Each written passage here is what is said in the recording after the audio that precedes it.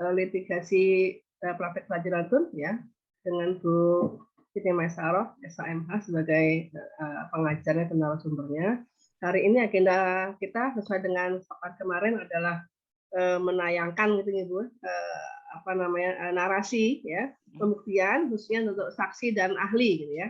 Itu dua hal yang akan ditayangkan pada hari ini. Nanti Bu Mai akan mengoreksinya, kalau ada kesalahan diperbaiki, jangan lupa nanti hasilnya setelah diperbaiki diupload di LMS. Mungkin itu bisa saya sampaikan, semoga bermanfaat dan lancar ya untuk pada hari ini. Saya serahkan sepenuhnya waktu kepada Bu Maisaroh. Monggo Bu. Ya. Ya. Assalamualaikum warahmatullahi wabarakatuh. Waalaikumsalam warahmatullahi wabarakatuh. Selamat pagi dan salam sejahtera buat kita semua. Ketemu lagi dengan saya ya, sesuai kita kemarin sudah janjikan, hari ini kita membahas narasi persidangan untuk bukti dan saksi. Sebelumnya terima kasih Bu Diana atas waktu yang diberikan kepada saya. Ya, monggo ditayangkan, siapa yang mau menayangkan hasil narasi yang sudah dibuat, silahkan. Mungkin ada yang sudah bisa menayangkan narasi untuk pembuktian saksi dan ahli.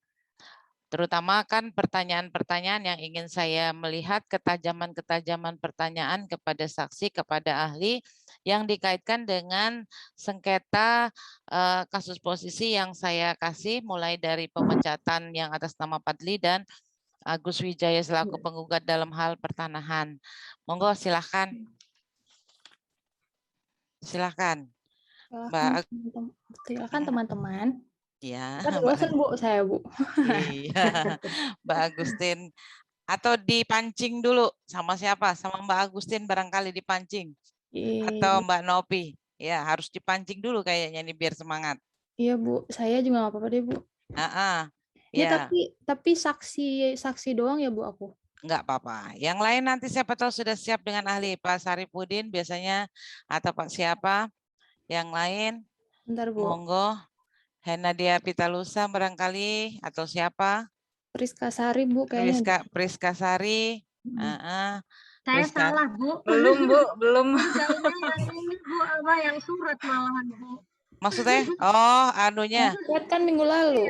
Surat kan udah minggu lalu sayang. Iya sudah. Bu, salah Bu. Iya. Kelihatan nggak Bu Mai? Ya kelihatan, sudah kelihatan. Monggo. Ini mau langsung ke bagian saksinya dihadirkan atau dari awal Bu? Ya dari awal Mbak, seperti ketua majelis seperti ini ya, apa namanya, membaca drama tapi memposisikan di bagian-bagian mana gitu ya. Baik. Oke, silahkan. Oke Bu, ini aku yang kasusnya Padli ya, Padli. Nah ini ceritanya ini Bu, kemarin kan udah agendanya yang sama penggugat nih, saksi dari penggugat. Nah ini aku saksi dari pihak tergugat. Ya. Jadi dari mulai panitera, majelis hakim akan memasuki ruang sidang, hadirin dimohon berdiri. Itu bla bla bla. Terus majelis hakim bilang kalau hari ini tanggal 4 Februari 2020 sidang tata usaha negara nomor itu dibuka dan terbuka untuk umum. Katanya nih habis itu, panitera apakah penggugat dan tergugat sudah hadir gitu. Terus paniteranya ngomong, udah hadir yang mulia. Oke, silahkan untuk dihadapkan ke muka sidang. Nah, paniteranya sendiri terus nyuruh si kedua pihak-pihak ini untuk masuk. Terus majelis hakim sebelum memulai itu nanya nih Bu ke penggugat dan tergugat udah siap belum ngikutin persidangan hari ini. Nah, terus diingetin lagi. Sebelum sidang hari ini dimulai, saya sampaikan berdasarkan berita acara persidangan yang lalu, agenda persidangan hari ini adalah pemeriksaan saksi dari pihak tergugat terkait adanya SK Bupati itu, yang ke Muhammad Fadli melawan Bupati Bantul. Terus lagi, kepada pihak tergugat, apakah sudah siap untuk menghadirkan saksi ke persidangan hari ini? Kuasa hukum tergugat sudah yang mulia. Terus majelis hakim meminta panitera untuk memanggil saksi tergugat masuk ke ruang persidangan. Ini ya Bu, tadi kan saya mau bikin saksinya tuh 4 gitu biar drama, cuma panjang aja. banget Bu, jadinya Satu aja. Satu aja. Nah, terus habis itu ini harusnya saksi aja, bukan saksi pertama. Saksi dipersilakan masuk ke ruang sidang. Udah. Terus majelis kan udah saksi diduduk nih Bu, terus dimintain Mbak identitas. Ya Pak Saksi, saya minta identitas Anda dong. Terus maju ke depan Ibu saksinya. Nah, majelis hakimnya terus nanya, baik saudara saksi, apakah dalam keadaan sehat dan siap untuk diperiksa pada hari ini? Terus saksinya sehat dan siap yang mulia.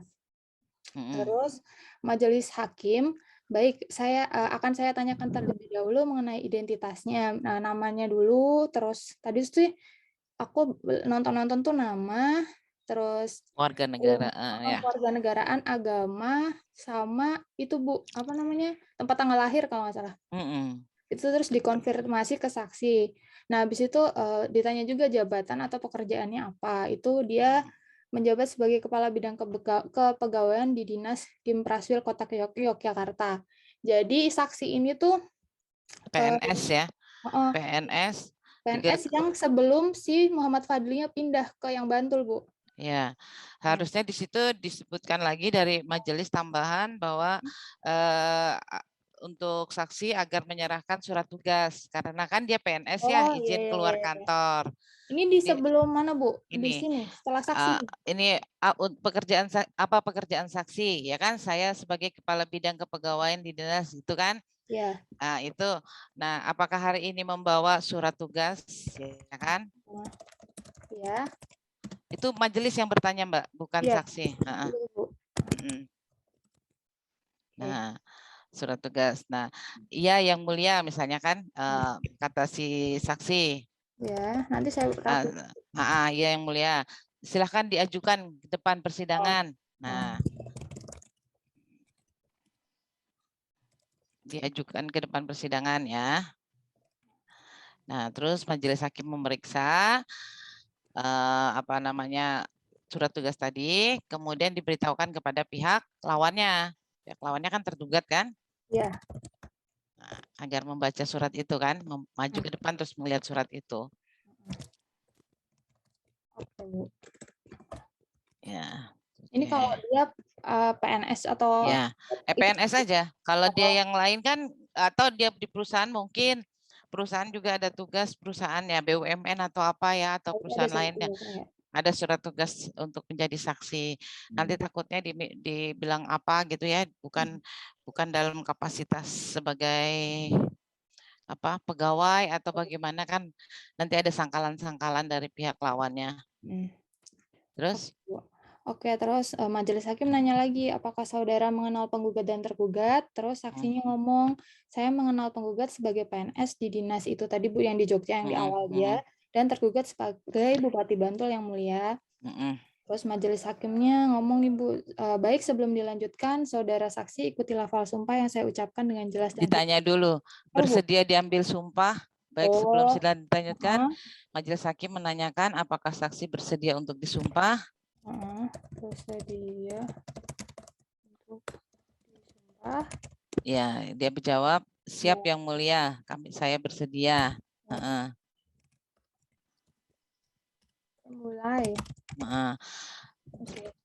Sebelum saya lafalkan sumpah, sebelum saya melafalkan sumpah, itu siapa yang ngomong? Majelis sebelum saksi diambil sumpahnya ya. Perlu kami ingatkan, diambil sumpahnya. Ya. Perlu kami ingatkan bahwa saksi harus menerangkan apa yang sebenarnya yang pernah dialami oleh saksi. Aduh, apa yang sebenarnya pernah dialami oleh saksi, diketahui langsung. Nah ya, apabila saudara ragu-ragu, ya, maka katakan saja tidak tahu.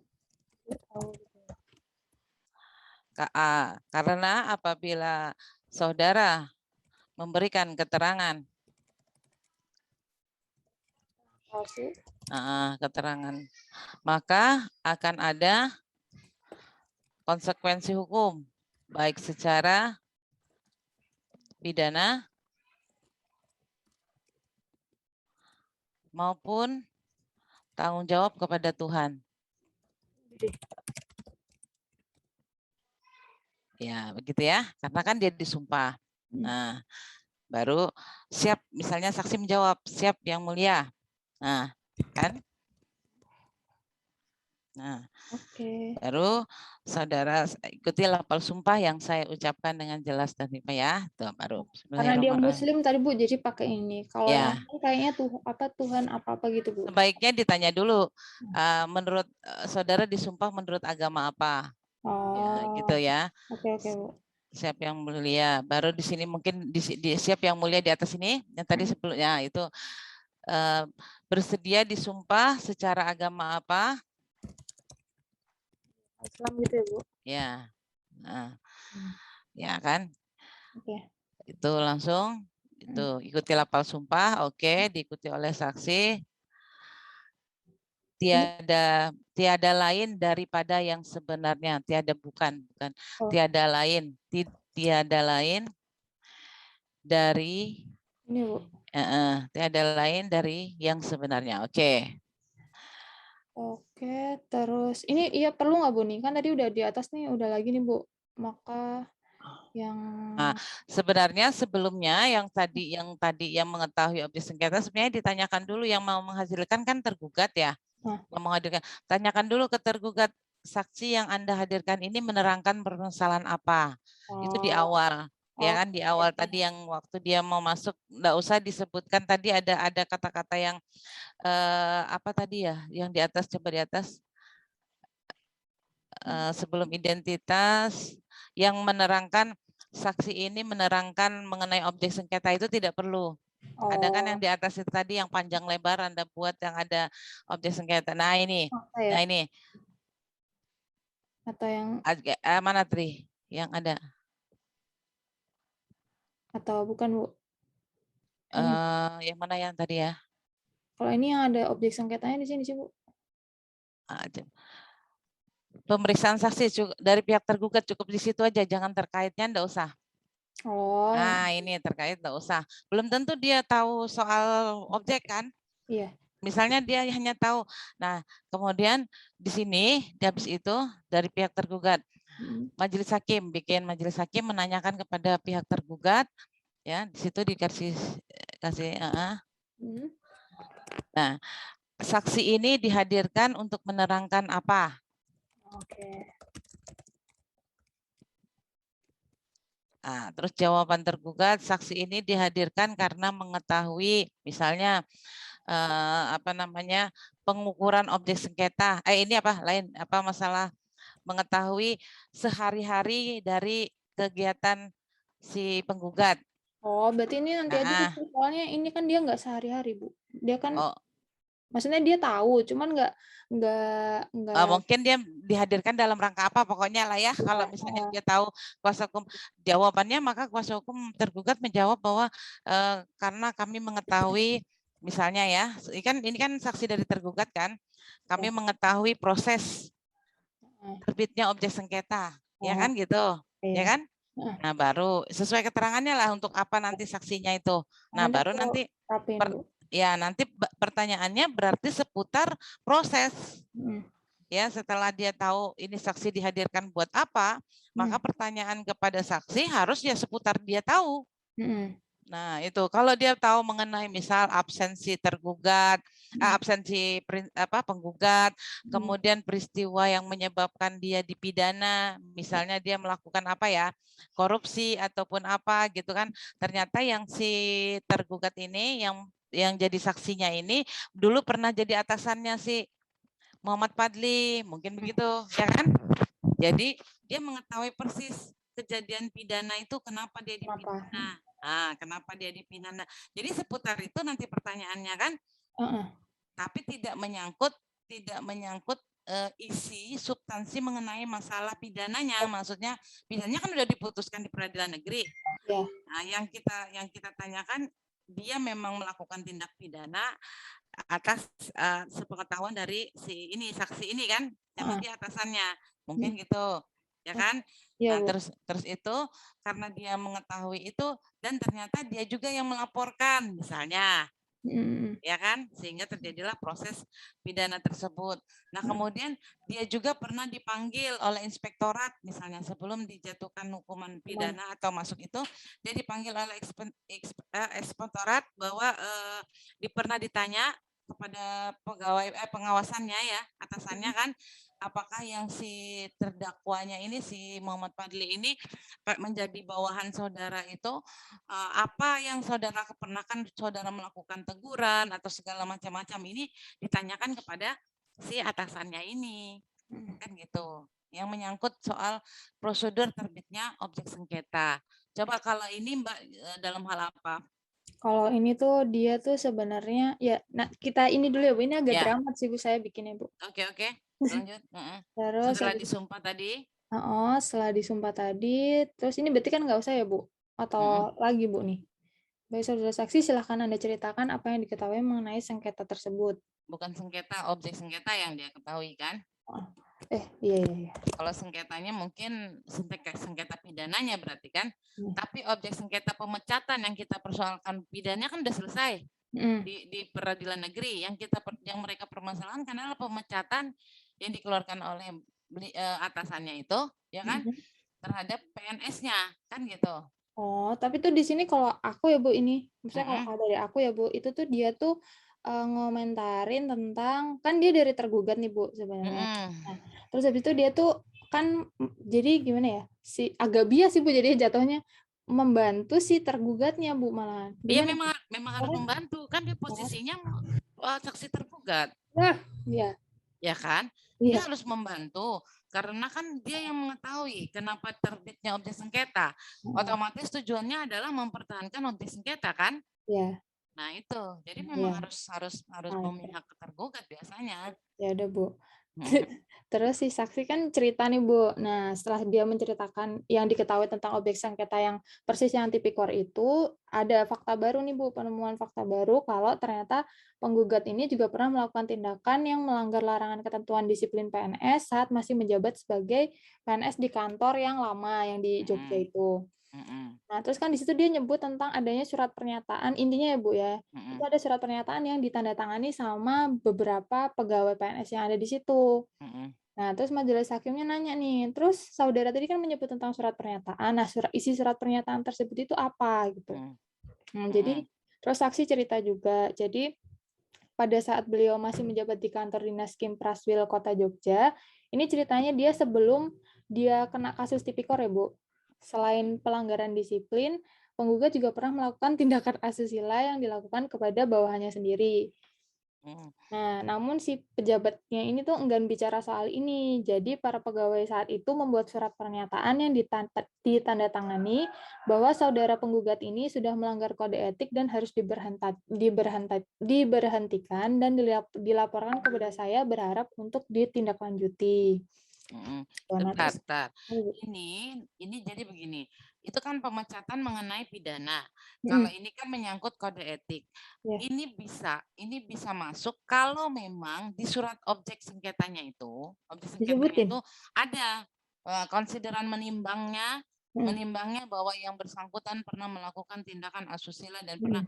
Tapi kan itu nanti membuat celahnya bagaimana kalau tindakan asusila kan ada hukumannya tersendiri, ada tindakan tersendiri, apakah pernah dilakukan teguran, apakah pernah dilakukan tindakan-tindakan yang menyangkut hukuman untuk tindak asusila. Jadi tidak bisa penggabungan dua tempat itu kan, kecuali memang di dalam surat keputusannya itu untuk menambah skor dia dipecat, berarti masuk juga ada pernah dilakukan di samping, artinya di samping dia melakukan tindakan pidana yang telah dihukum kan menambah berarti.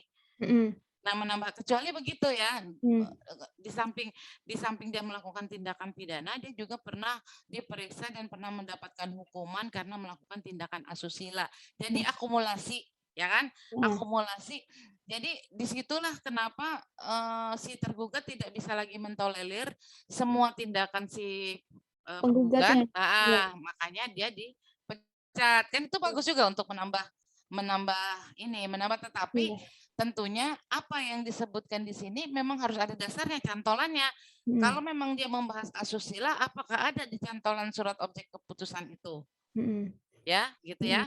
Jadi tidak bisa asal ada atau nyamplok aja di situ pertanyaan yang sebenarnya tidak muter-muter. Soalnya kan saya nggak baca objek sengketanya kayak apa kan nggak tahu Bu. Jadi ceritanya Nah, gitu. anggaplah ini anggaplah Soalnya objek begini Bu. Jadi anggaplah objek sengketanya itu ada menuliskan ini ya, tapi tambahan. Kok nggak diurus gitu loh Bu. Kenapa kan harusnya kan setelah dia nggak diselesaikan gitu ya. Iya. Nggak diselesaikan, tahu-tahu berklimaks di setelah ada pidana. Iya. Oh, jadi ini jadi bahan pertimbangan juga untuk memecat dia gitu.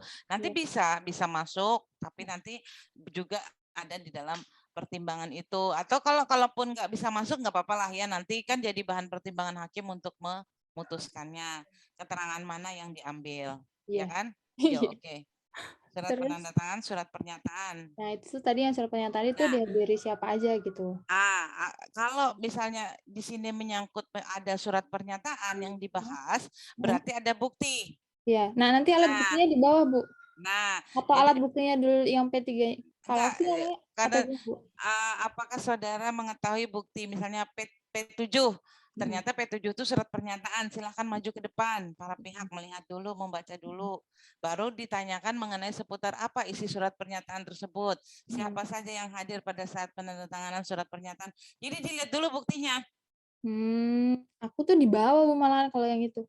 Oh gitu. Jadi setelah itu, nah ini Bu bagian ini nih. Jadi bagian yang ada yang mulai kan ditanya nih Bu, mungkin ada pertanyaan nggak terkait dengan tadi itu yang keterangan saksi. Nah, kuasa hukum tergugatnya tuh ngomong, ada yang mulia sebelumnya mohon izin bahwa untuk menunjukkan bukti T3 yang sudah kami daftarkan ke kepaniteraan. Nah, terus nanti tuh nunjukin gitu Bu ke para pihak juga para saksi. Nah, intinya tentang surat tadi itu. Berarti ini ya, boleh di atas. Kalau misalnya mau terakhir juga itu selera lah. Nanti mungkin kuasa hukum menganggap, oh ini kuncinya nih. Kuncinya di akhir aja tak sikat kan gitu, bisa kan soalnya tadi kan di sini tuh penggugatnya tuh juga sempat mengelak gitu loh Bu lah, kenapa kan kalau misalkan itu dugaan itu memang ada gitu ya, kok waktu itu dia nggak diberhentikan gitu, dia bilang kayak gitu. Iya Bu. Itu memang jadi masalah itu kalau dimasukkan malah tambah bermasalah panjang sebenarnya. Tapi nggak apa-apa, nanti majelis yang mempertimbangkan kan. Iya, nggak apa-apa, menggali yang sebesar-besarnya. Terus surat persetujuan tadi, lanjut. Terus ini sampai ya pokoknya habis itu kan setelah itu kan ditanyakan Bu tadi ditandatanganin sama siapa dan dihadiri sama siapa. Terus habis itu paling gitu aja sih Bu. Terus majelis hakimnya bilang terima kasih, apakah ada pertanyaan, terus kuasa hukum penggugatnya atau tadi komentar itu tadi Bu. Jadi intinya yang di otak-atik di dalam pertanyaan kepada saksi adalah objek sengketa. Iya. Ya, semuanya tentang objek sengketa. Baik itu konsideran menimbang, mengingat dan seterusnya. Kalau mengingat nanti ke ahli ya, karena penyangkut undang-undang. Ya, yang utamanya adalah dasar untuk memutuskan. Dasar untuk memutuskan itu kan ada peristiwa hukumnya. Kenapa peristiwa hukumnya sampai terjadi objek sengketa? Nah, itulah yang dipertanyakan seputar itu. Ini sudah bagus, Mbak Agustin ya. Kan artinya, terus gimana? Bu, misalkan ya Bu, ini aku pertanyaannya sih Bu, misalkan kalau kita tuh misalkan ada suatu statement dari saksi nih Bu, terus aku sebagai kuasa hukum penggugat ya Bu, ini misalkan ya, terus aku menyimpulkan, terus tadi yang aku tonton tuh kok dia diberhentiin sama hakim ya Bu, misalkan ya, nggak boleh menyimpulkan. Oh ya. Jadi silakan simpan sendiri kesimpulan itu di dalam diri saudara, nanti saudara ungkapkan di kesimpulan. Nggak boleh. Justru sebenarnya kalau saudara ini bilang aja kalau diungkapkan di persidangan kita kan menjadi bahan buat pihak lain untuk menyerang. Ya kan, dia akan tahu nih kalau begini yang mulia, dengan demikian bisa disimpulkan nih bahwa objek sengketa ini memang sudah sesuai aturan gini.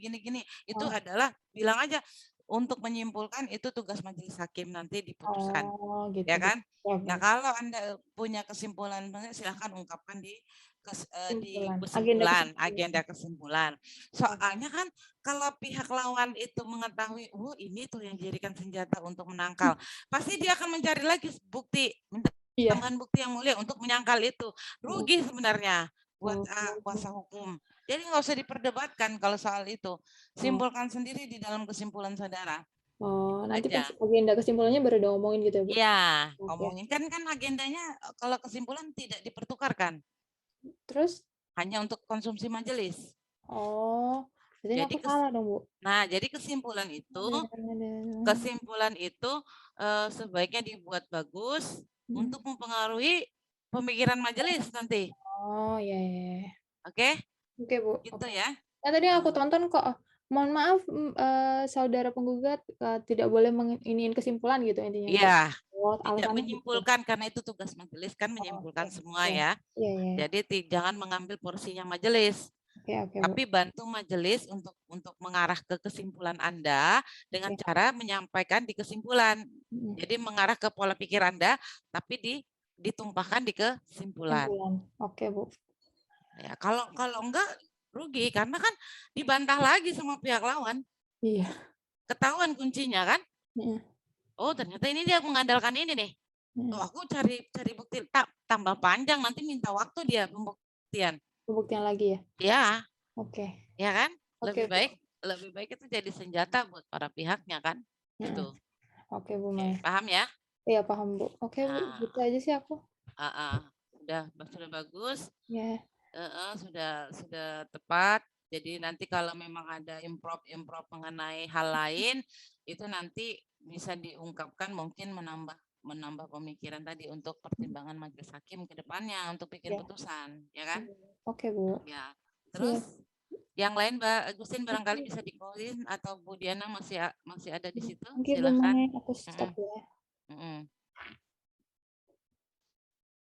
Yang lain? Yang lain ada? Monggo. Oke, belum siap barangkali. ahli, ada yang bisa main di ahli? Coba. Ada yang siap, monggo. Ada yang siap untuk ahli? Belum siap? Kalau belum siap nih, saya tambah sedikit ya mengenai intervensi. Di sini kan belum ada di jadwal ini intervensi. Bagaimana cara menerima apabila ada intervensi? Dalam kasus posisi kedua itu ada intervensi. Siapa yang jadi intervensinya adalah Tuan siapa? Yang untuk kasus tanah, ada yang tahu? Intervensinya siapa? Yang Tuan Agus Wijaya penggugatnya, Kepala Kantor Pertanahan Kabupaten Bantul selaku tergugat. Di situ ada intervensinya. Siapa intervensinya? Belum baca, Bu, aku kasusnya. Nah, yang itu intervensinya adalah Tuan Budi. Ya, Tuan Budi. Kalau ini saya tambahkan ya materi Bu Diana ya, nggak apa-apa ya. Saya tambahkan materi karena tidak ada di jadwal. Jadi Tuan Budi ini kan yang punya sertifikat yang dijadikan objek sengketa dalam kasus pertanahan itu. Nah, masa Tuan Budi tidak punya hak untuk membela? Dia punya sertifikat, ya. Untuk itulah di dalam undang-undang diberikan hak kepada Tuan Budi untuk masuk sebagai pihak berdasarkan pasal 83 Undang-Undang Pratun. Ya, dia bisa masuk dengan inisiatif sendiri, dia bisa masuk dengan inisiatif hakim. Ya. Nah, biasanya karena Tuan Budi ini kan yang tergugat kan Kepala Kantor Pertanahan Kabupaten Bantul. Otomatis Tuan Budi ini tidak tahu kalau dia digugat. Kasihan Tuan Budi dong kalau seandainya putusan pengadilan itu menyatakan batal atau tidak sah sertifikat milik Tuan Budi, sementara Tuan Budinya tidak ikut di dalam perkara tersebut. Nah, untuk itulah Tuan Budi diberi hak berdasarkan pasal 83 menjadi pihak intervensi. Ya, menjadi pihak intervensi. Bagaimana caranya? Ya, biasanya kan Tuan Budi karena tidak tahu tidak mungkin bisa langsung ikut. Jarang adalah beberapa kasus yang memang dia tahu bahwa dia digugat terus inisiatif sendiri mengajukan permohonan. Tetapi kebanyakan itu setelah perkara itu masuk ke petun, nah kemudian masuk di dalam persidangan pemeriksaan persiapan, barulah diketahui bahwa ada pihak ketiga yang berkepentingan terhadap objek sengketa. Karena objek sengketa itu atas nama dia. Kalau sampai dibatalkan dia tidak ikut, berarti dia punya kerugian. Ya, jadi begitu sidang pemeriksaan persiapan pertama kita baca gugatan, ternyata di situ ada Tuan Budi selaku pihak ketiga yang memiliki objek sengketa, maka majelis hakim memerintahkan kepada panitera pengganti untuk memanggil Tuan Budi. Bagaimana caranya kita mengetahui alamat Tuan Budi? Lewat tergugat, karena tergugat kan menerima permohonan sertifikat, otomatis ada alamat Tuan Budi. Ya, Tuan Budi tersebut. Jadi kita harusnya Tuan Budi ya Bu yang menggugat harusnya. Karena belum apa tanahnya kan yang menguasai tanah milik Pak Budi itu kan masih dikuasai oleh Pak Agus. Iya. Kita tergantung kasus posisi siapa duluan menggugat. Boleh Tuan Budi, boleh Tuan Agus Wijaya. Ya, kalau memang Tuan Agus Wijaya yang menggugat, Tuan Budi intervensi. Tapi kalau Tuan Budi yang menggugat, Tuan Agus Wijaya yang intervensi. Jadi boleh posisi itu siapa yang duluan menggugat, siapa yang merasa paling dirugikan dalam persoalan ini dia yang menggugat. Ya kan? Sebenarnya Tuan Budi pun dalam hal ini kan punya kepentingan juga karena sertifikat atas nama dia. Makanya dia punya kepentingan. Jadi kedua-duanya itulah alasan kenapa pihak ketiga intervensi itu diterima sebagai pihak karena dia ada kepentingan. Dasar untuk menerima majelis hakim dalam pertimbangan putusan selanya dia menerima pihak Tuan Budi sebagai intervensi adalah adanya kepentingan untuk menggugat, adanya kepentingan dalam hal objek sengketa. Ya, kalau dia tidak ada kepentingan, tidak akan mungkin jadi permohonan jadi pihak ketiga. Ya, itu ditujukan kepada objek sengketa yang bukan atas nama yang bersangkutan, tetapi objek sengketa atas nama orang lain. Ya, itu berfungsi di situ sebagai intervensi. Nah, jadi tergantung siapa yang menggugat. Dia bisa jadi Tuan Budi, bisa Tuan Agus. Yang mana yang duluan melakukan gugatan. Ya, jadi begitu Mbak Novi ya. Jadi nggak bias ya, Pak Budi atau jadi Pak Agus aku diam aja Bu. Orang aku sudah menguasai tempat itu dan udah punya sertifikat, nggak usah gugat kalau aku. Ya, dia menguasai. Tapi kan di kasus posisi itu Tuan Agus ini ceritanya kan mau menjual tuh. Bu dikasihkan ke anaknya. Oh, di anaknya dalam kepentingan ya dikasih tahu pada saat itu ya. Jadi yang mana aja merasa kepentingannya dirugikan, ya dia harus menggugat dong. Ya Tuan Agus pun kalau digugat ya dia harus masuk sebagai intervensi kan? Apapun ya, itu, ya, apapun itu yang penting dia ada kepentingan di situ mau Tuan Agus. Ya, tapi kalau Agus aku duduk manis di rumah aja orang yang aku menguasai tanahnya, hak alasnya juga aku juga menguasai sertifikatnya. Nah, sama-sama menguasai Mbak Novi. Sama-sama loh menguasai. Ya. Tapi Pak Budi kan nggak menguasai tempat itu, Bu. Dia cuma menguasai sertifikatnya aja. Tapi kan kalau dibatalkan dia bisa dieksekusi keluar dari situ. Ya nggak? Kalau dibatalkan oleh pengadilan dan dia tidak masuk sebagai pihak, dia rugi. Dia bisa diusir dong dari tempat itu. Ya kan? Karena dia tidak masuk sebagai pihak, otomatis dia tidak punya hak. Nah, ini yang harus digarisbawahi. Kenapa orang bisa masuk sebagai intervensi? Karena kalau dia masuk sebagai intervensi dalam suatu perkara, maka kedudukannya akan sama sebagai pihak. Dia boleh mengajukan upaya hukum banding, kasasi, dan seterusnya. Nah, tetapi kalau dia tidak masuk, kata Mbak Novi tadi, kalau saya sebagai Tuan Agus, saya menguasai, saya tidak mau masuk sebagai intervensi, bodoh amat, yang menggugat Tuan Budi, bodoh amat terhadap kasus itu. Nanti dia akan rugi pada saat dia kalah, ya. Tuan Agus ini dinyatakan ternyata di dalam prosedur penerbitan sertifikat Tuan Agus ada cacat baik segi prosedural maupun substansi, ya, maka dibatalkan oleh pengadilan Tun sertifikatnya. Kalau sudah dibatalkan, berarti kan ada eksekusi, ya? Gini Bu, kalau saya jadi Tuan Agus, saya pendiam aja karena saya menguasai sertifikat dan hak alas gugat saya. Tapi kalau jadi tergugat intervensi saya oke, jadi Tuan Agus saya oke jadi tergugat intervensi. Tapi kalau mau gugat, kalau saya jadi Pak Agus saya nggak mau gugat, udah diem aja duduk di rumah. Gitu. Oh gitu. Jadi kalau saya bayangkan pada saat membuat kasus itu adalah pada saat anaknya Tuan Agus itu mau menjual, kesulitan melakukan balik nama karena ternyata di atas tanahnya ada sertifikat atas nama Tuan Budi. Begitu. Jadi begitu dia mau balik nama, ternyata ada tumpang tindih sertifikat di situ. Itu sertifikat sudah atas nama Tuan Agus, Bu. Jadi kalau mau saya apa-apain itu masih bisa. Ya, atas nama Tuan Agus. Tapi begitu kita mau jual beli ya, kita jual beli, PPAT itu melakukan cek sertifikat, ya. Kalau Anda mempelajari jual beli pertanahan atau akta notaris, kalau ini Fakultas Hukum kan harus tahu itu ya. Jadi pada saat melakukan jual beli, belum ya. Nanti kan kalau ketemu di lapangan ini sering terjadi, Mbak Novi. Jadi ini sangat-sangat sering terjadi, harus hati-hati.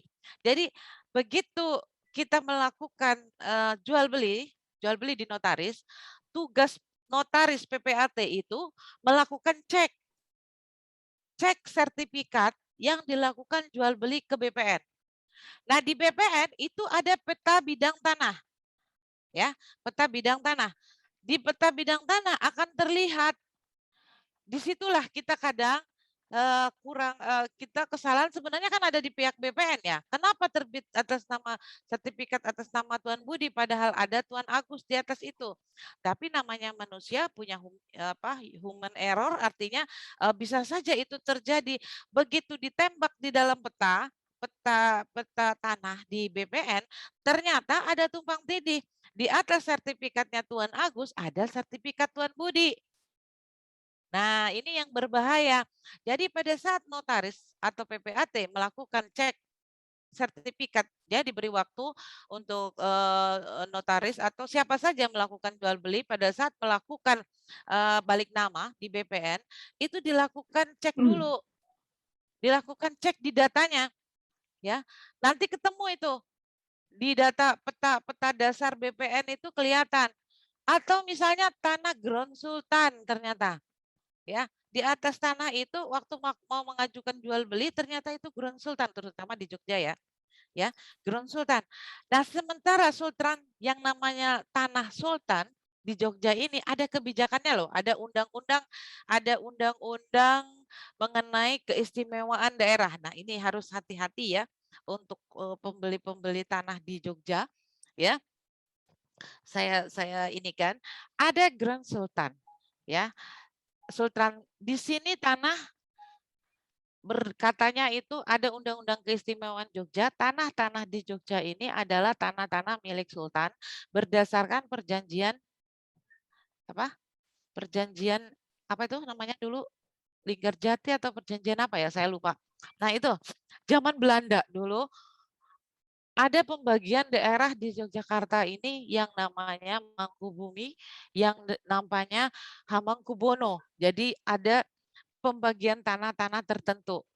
Nah, kenapa sekarang, loh jangan kaget, ternyata begitu Anda melakukan balik nama, ini Anda beli sertifikat hak milik ya, ini kenyataan loh, ini kasus fakta real yang harus Anda paling susah ini di Jogja. Pada saat ini Anda punya hak milik sertifikat ya, sertifikat hak milik. Tapi mungkin Anda mempunyai aset di pinggir jalan sana, di daerah Kesumanegara, daerah-daerah Baciro, yang daerah-daerah sana tuh. Nah, ya daerah situ, Anda lewat situ, Anda lihat pelang. Ya, tanah milik Sultan. Ya, itu pelang. Ya, hati-hati ya. Nah, di situ Anda tertarik nih dengan harga. Buka ruko di pinggir jalan. Ya, beli ruko di pinggir jalan. Waktu itu sertifikatnya adalah hak milik. Pada saat Anda melakukan balik nama di BPN, Anda sudah tidak mendapatkan sertifikat hak milik, berubah menjadi HGB karena itu masuk ground sultan. Ya. Karena sekarang sultan lagi membenahi daerah Jogja dan melihat mana yang menjadi tanah-tanah mereka. Ya. Ada yang namanya panitikusmo. Panitikusmo itu adalah panitia, kayak macam yang dibentuk oleh sultan menangani tanah-tanah beliau. Ya, tanah-tanah sultan. Harus ada izin dari panitia ini dulu, panitikusmo ini, barulah sama Pak Suyitno itu ya Bu. Nah, barulah bisa mendapatkan hak untuk mempunyai tanah di Yogyakarta. Ya, hati-hati. Jadi perlu kalian lebih ini lagi, lebih hati-hati dalam membeli tanah. Jangan sampai nanti terjadi sengketa di kemudian hari, terutama di Yogyakarta ini ya. Jadi ada yang namanya, saya tidak tahu Pak siapa, yang jelas ada namanya panitikusmo, dan ingat di Jogja punya undang-undang keistimewaan ya. Kalau sudah bicara tentang undang-undang keistimewaan, nanti bicara tentang teori hukum ya. Nah, di sini juga teknik yang terjadi perkembangan-perkembangan. Ya, apabila nanti di suatu saat kalian menjadi kuasa hukum dan terbentur dengan kasus yang demikian, cari ahli-ahli hukum adat ya untuk jadi ahli. Cari mengenai tanah-tanah sultan, bagaimana prosesnya, apakah bisa dimiliki, bagaimana tentang peraturannya, bagaimana tentang keistimewaan Yogyakarta, apakah bisa disimpangi pada saat undang-undang agraria ada, berbenturan dengan undang-undang sultan, Kesultanan Jogja, apakah dia berlaku lex specialis atau lex generalisnya, atau yang terdahulu lebih unggul dari yang kemudian, atau yang kemudian lebih unggul dari yang dahulu.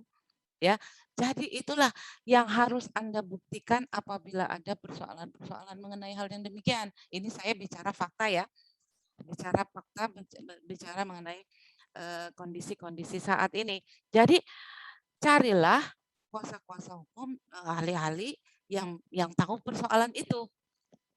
Ya, nah sejak adanya. Tapi kalau undang-undang keistimewaan itu benar-benar istimewa sekali ya Bu, karena memang mengalahkan undang-undang di atasnya itu. Nah, itu nanti tergantung. Jadi nanti saya tidak bisa jawab apakah undang-undang keistimewaan itu memang benar-benar istimewa di antara yang lain. Nanti kita bicara lagi tentang keadilan, nanti kita bicara lagi tentang kepastian hukum, nanti kita bicara lagi tentang asas umum pemerintahan yang baik, tentang yang sebenarnya sifatnya lebih lagi tinggi, asas-asas umum, asas-asas hukum itu. Nah, nanti kita bicara di situ ya. Saya tidak bisa bicara banyak tentang keistimewaan Yogyakarta, monggo banyak ahli-ahli hukum mengenai hukum adat ya. Jadi itu nanti berbenturan di situ antara undang-undang agraria dengan undang-undang keistimewaan Yogyakarta ya. Jadi jadi panjang lebar kita bicaranya ya. Saya tidak mau masuk ke situ. Itu sangat menarik sekali, mungkin untuk S3, disertasi mungkin bisa diangkat, bisa diuji lagi dan sebagainya, banyak teori-teori hukum yang saling berbenturan di situ. Lah tadi saya membicarakan masalah intervensi Mbak Novi, ya. Jadi kok jauh ke undang-undang keistimewaan Jogja. Ya jadi intinya gini, Mbak, intervensi itu pihak mana saja yang merasa dirugikan, ya. Kalau dia bukan sebagai penggugat berarti dia bisa masuk sebagai intervensi. Nah, bagaimana prosesnya? Bagaimana prosesnya? Pihak yang merasa dirugikan itu mengajukan permohonan. Pada saat dipanggil oleh majelis hakim, oh ini ada Tuan Budi nih, dicari alamatnya, dapat dipanggil bahwa objek sengketa sertifikat atas nama Tuan Budi dijadikan objek sengketa di peradilan Tun dengan perkara nomor sekian-sekian, silahkan hadir ke Tun Yogyakarta untuk dimintai keterangannya. Hadirlah si Tuan Budi ke Tun Yogyakarta, ya. Pada saat sidang yang telah ditentukan di dalam pemeriksaan persiapan ditanyakan KTP-nya, kemudian fotokopi sertifikatnya, atau kalau bawa sertifikat asli lebih utama. Ditanyakan kepada Tuan Budi, apakah Tuan Budi ingin masuk sebagai pihak atau tidak? Ya, kalau ingin masuk sebagai pihak agak ribet, tetapi punya keuntungan. Ribetnya di mana? Pertama, mengajukan permohonan secara tertulis kepada majelis hakim untuk maju sebagai pihak. Yang kedua, harus mengikuti setiap persidangan apabila majelis hakim sudah menentukan Tuan Budi sebagai pihak, karena kedudukannya akan sama dengan para pihak. Ya, jadi dia harus hadir dalam persidangan, harus mengajukan duplik, ya, jawaban duplik atas gugatan si penggugat. Jadi dia punya hak yang sama dengan para pihak. Ya, itu kerepotannya. Tapi keuntungannya adalah apabila dia masuk sebagai pihak dalam perkara tersebut, maka dia dapat mengajukan upaya hukum. Upaya hukumnya apa? Ya, mengajukan upaya hukum banding, kasasi apabila dia tidak sependapat dengan putusan majelis hakim. Apabila dia tidak masuk sebagai pihak, maka dia tidak dapat mengajukan upaya hukum apapun. Nah, ini kerugiannya. Dia terima saja, tidak bisa ngapa-ngapain lagi kalau kita eksekusi. Nah, itu tadi Bu Mbak Novi tadi ya, kenapa harus masuk sebagai pihak? Ya karena itu tadi, kalau misalnya dia tidak masuk, nanti dia tidak punya hak lagi untuk melakukan banding ataupun kasasi apabila putusannya merugikan pihaknya. Ya. Nah, kemudian setelah mengajukan permohonan dilengkapi dengan KTP, kemudian objek sengketa yang atas nama Tuan Budi itu, kemudian majelis meminta waktu untuk mengambil sikap terhadap permohonan tersebut. Ya, biasanya permohonan itu disikapi dengan apa produk hasil dari permohonan adalah putusan sela. Ya, nanti kita bicara mengenai putusan sela di akhir. Nanti putusan sela itu dibacakan di sidang yang terbuka untuk umum. Kalau di dalam sistem EKOT berarti di sidang terbuka untuk umum dalam hal pembacaan gugatan. Jadi setelah pembacaan gugatan dibacakan, baru kita membacakan putusan sela majelis hakim terhadap permohonan intervensi dalam hal ini misal Tuan Budi. Ya. Jadi intinya kita bicara mengenai putusannya berselingan di minggu depan sampai dengan putusan akhir dan putusan sela jadi satu. Ya, jadi intinya kalau di dalam Undang-Undang Pratun menerima pihak ketiga itu batasannya sampai diduplik. Jadi sampai di acara duplik itu boleh masuk permohonan. Itu dihukum acara. Tetapi kenyataannya karena mengingat keadilan, kadang-kadang pihak intervensi ini tidak tahu ada perkara itu, akhirnya baru masuk setelah putusan. Ya, dengan kebijakan majelis hakim biasanya bisa saja menerima kalau dia mempunyai kepentingan yang sangat mendesak terhadap perkara tersebut, maka sebelum putusan dibacakanlah putusan setelah penerimaan dia sebagai intervensi. Kalau demikian, apakah dia punya hak untuk menjawab seperti jawaban duplik? Ya, dia sudah tidak ada hak untuk menjawab itu karena masuknya di dalam hampir putusan di kesimpulan. Otomatis dia hanya mengikuti saja proses itu, tapi dia bisa mengajukan upaya hukum banding. Nanti di banding dia akan membuat memori, kontra memori atau memori banding, tergantung siapa yang melakukan bandingnya. Begitu. Sampai di sini ada yang mau ditanyakan mengenai putusan sela? Bu Mai, tadi Pak Aris bilang mau nunjukin ininya, Bu, jawabannya yang saksi ahli. Boleh, silakan ajukan. Ya, cuman saya bantu ya, Bu, soalnya Boleh. Pak Aris. Dengar nggak ya? Ya, Mbak. Nah, ini ya, Pak.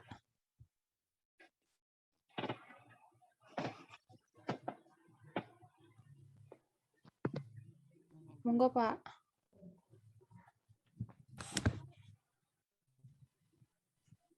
Kelihatan kan ya, Pak Aris?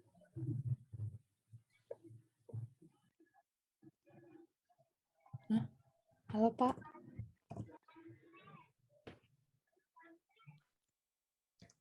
Kelihatan, Mbak, kelihatan. Ya, silakan Pak, bisa dibacain, Pak.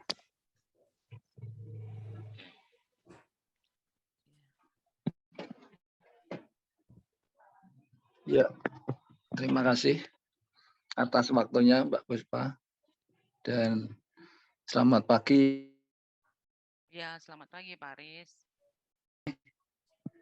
Mohon izin, langsung kami bacakan dari pertama, Majelis Hakim akan masuki ruang sidang.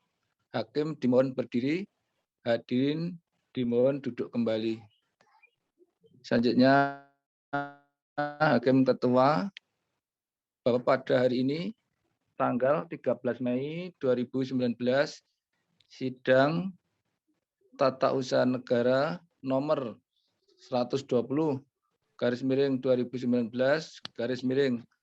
PTUN Yogyakarta dibuka dan terbuka untuk umum, ketok palu 3 kali. Kemudian panitera, apakah pihak penggugat dan tergugat telah hadir? Selanjutnya panitera, sudah yang mulia. Selanjutnya Hakim Ketua, panitia persilahkan mereka untuk dihadapkan ke muka sidang. Panitera, baik Pak Hakim, para pihak dipersilahkan memasuki ruangan sidang dan menempati tempat yang telah disediakan.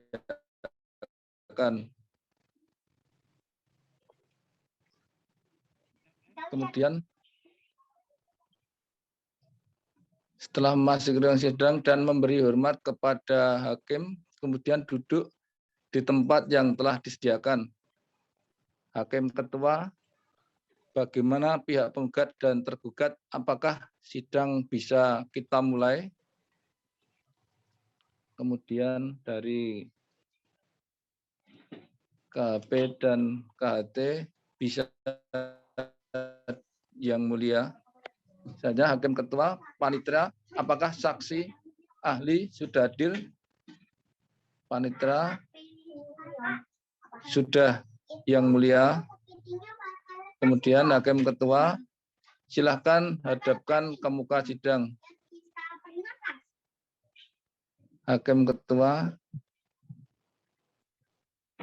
silahkan hadapkan ke muka sidang. Kemudian panitera, baik yang mulia, saksi ahli silahkan masuk. Saksi ahli masuk dan memberi hormat, kemudian duduk. Hakim Ketua, bisa disebutkan identitas?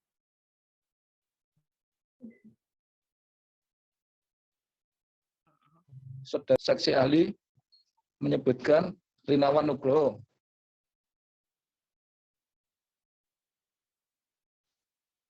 Hakim Ketua, tanggal lahir saudara saksi ahli 15 Januari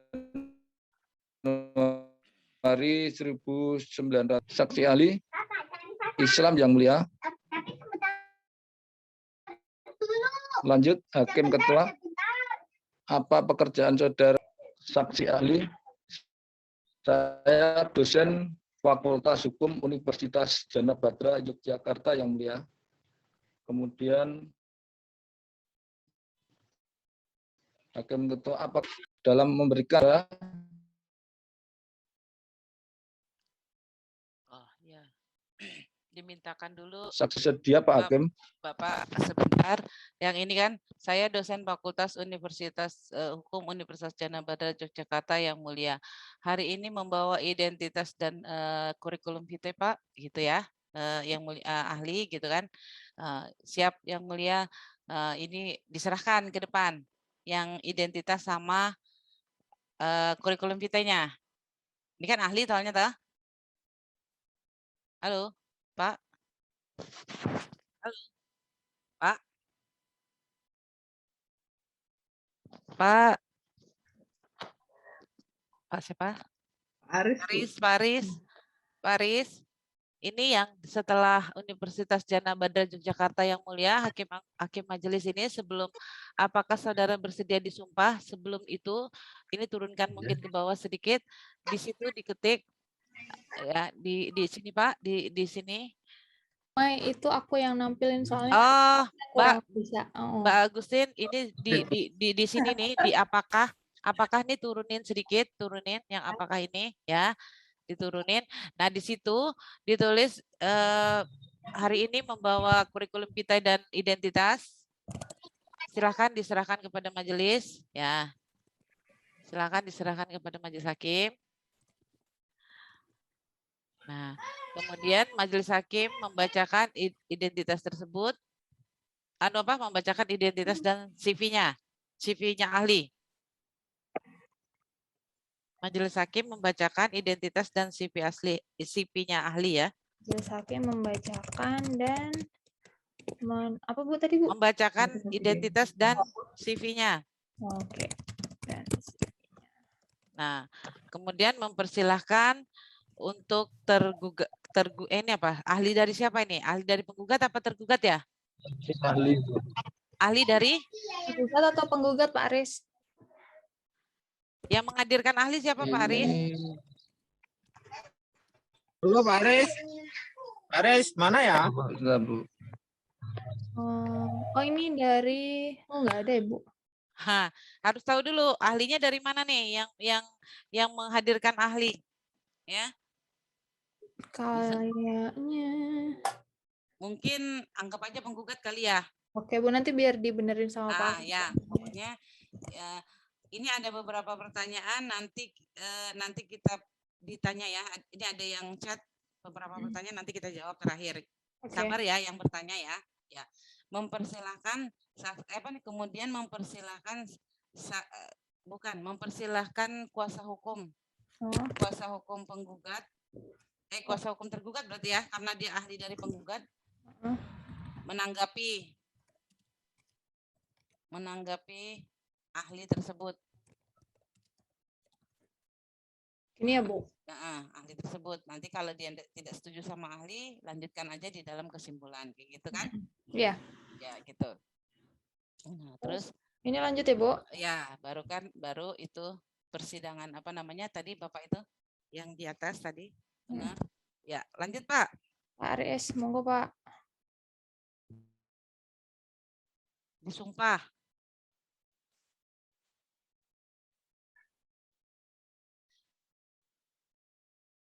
Halo Pak Aris. Kayak sinyalnya rada burik, Bu. Iya. Nah, gimana ya Pak Aris ya?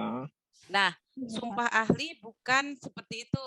Yang ini ya Mbak, hakim anggota ikuti kata-kata saya, ikuti kata-kata saya. Ada 2 kali kata-kata tuh. Ikuti kata-kata saya, ikuti kata-kata saya. Itu hapus dulu.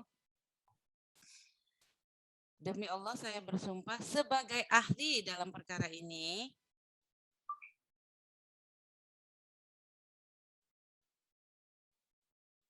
Akan menerangkan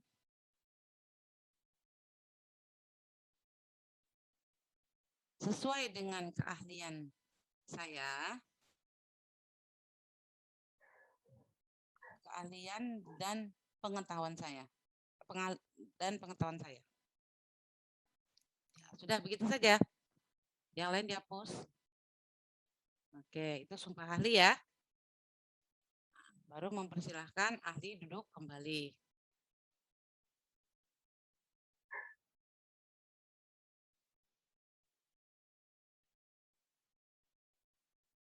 Wah, ini soalnya surat izin usaha nih ahlinya.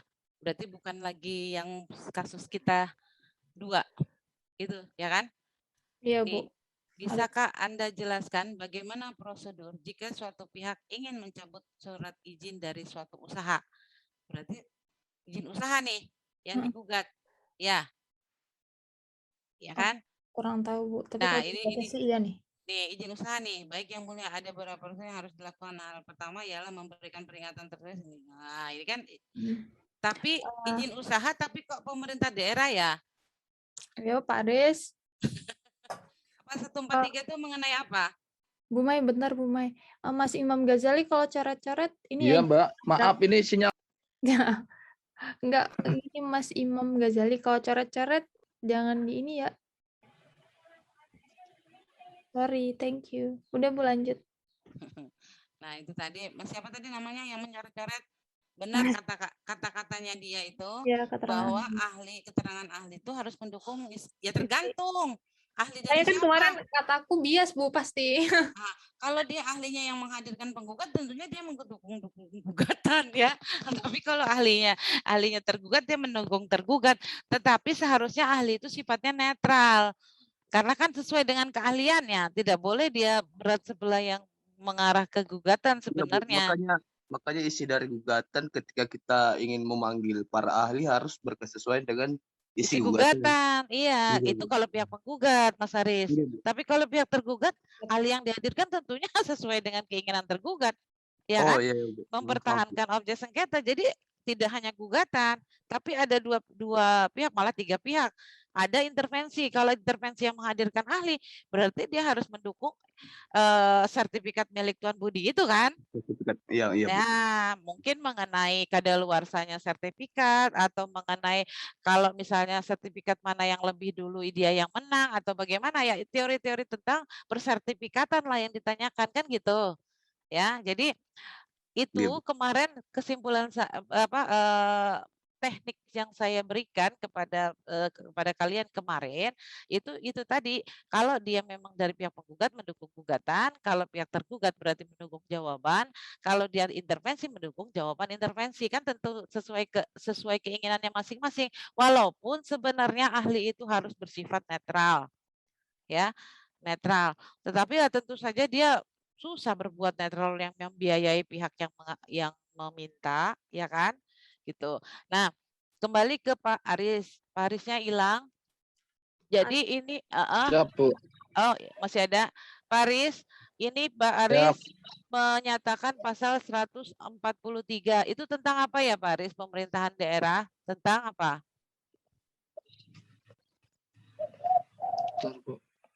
Ini pemecatan ya.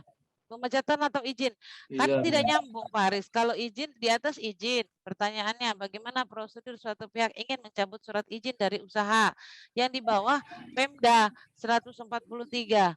Pasal 143 ini tentang apa? Jadi kalau kita mau buat boleh begini, tetapi harus sesuai. Kalau di atas ini tentang izin, maka carilah undang-undang yang menyangkut paut dengan prosedur izin. Kan gitu.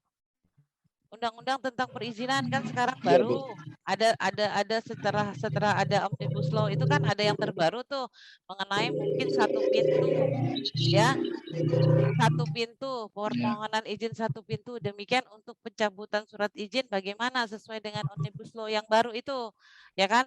Nah mungkin itu yang harus ditekankan di sini. Kalau ini kayaknya berbeda, undang-undang Pemda ini tentang izin usaha, mungkin izin usaha daerah ya, di suatu daerah. Kalau Pemda ini mengenai izin usaha yang ada di daerah, apakah 143 itu memang pasal tentang izin usaha? Nah itu harus sinkron, apa yang ditanyakan kemudian selalu menyambung. Jadi dia linear, jadi satu ya. Jadi gitu. Ya, kepada penggugat ada yang ditanyakan. Nah ini artinya sudah satu pokok saja yang ini. Ada yang mulia silahkan. Saudara saksi ahli dalam memberikan surat peringatan berapa kali surat itu harus diberikan kepada pihak yang dicabut izinnya. Nah ini juga boleh kalau memang pencabutan yang dipersoalkan dalam kasus yang saudara angkat, misalnya yang saudara tangani, itu memang pencabutan izin yang karena belum dilakukan peringatan.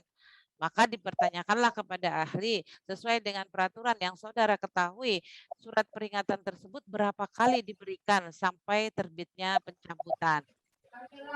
Terus terhadap peringatan-peringatan tersebut, apakah ada jeda waktunya? Nah, itulah 3 kali surat peringatan kedua dan ketiga. Ada jarak waktu dalam memberikan surat tersebut, benar. Terus jarak pemberian 7 hari dan hitung surat itu mulai diberikan. Ya, ini betul. Ini kan prosedur. Ya, prosedur. Kemudian ada yang ingin ditanyakan lagi, ada yang mulia. Kemudian ahli lagi, dalam memberikan surat pernikahan apa boleh jika memberikan bukan kepada yang bersangkutan tapi kepada orang lain. Nah, ini juga prosedur. Boleh ditanyakan itu.